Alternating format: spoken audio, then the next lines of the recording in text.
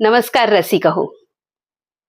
गीत रामायणात गदिमांनी दशरथाच्या ज्येष्ठ राणीचं दुःख व्यक्त केलंय. वेलीवरची फुलं, हरिणीचं पाडस आणि गायीचं वासरू पाहून देखील तिच्या मनाला यातना होत आहेत. आणि यानंतर गदिमा महाराज दशरथांकडे वळलेले आहेत.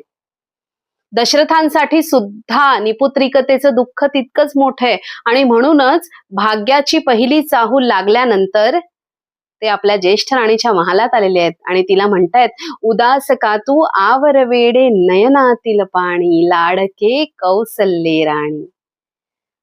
वसिष्ठ, काश्यप आणि जाबालींसारख्या त्रिकालदर्शी गुरुजनांनी महाराज दशरथांना पुत्रकामेष्ठी यज्ञ करण्यासाठी सुचवले आणि या यज्ञाचं ऋत्विज पण ग्रहण करावं म्हणून अंगदेशीच्या ऋष्यशृंग मुनींना आणण्यासाठी महाराज दशरथ निघालेले आहेत.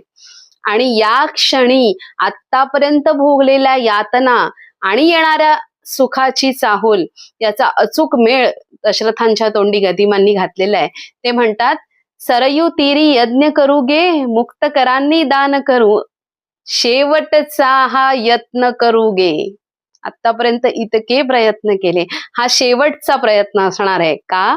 कारण तो यशस्वी होणार आहे. इप्सित ते तो देईल अग्नी अनंत हातांनी, लाडके कौसल्ये राणी.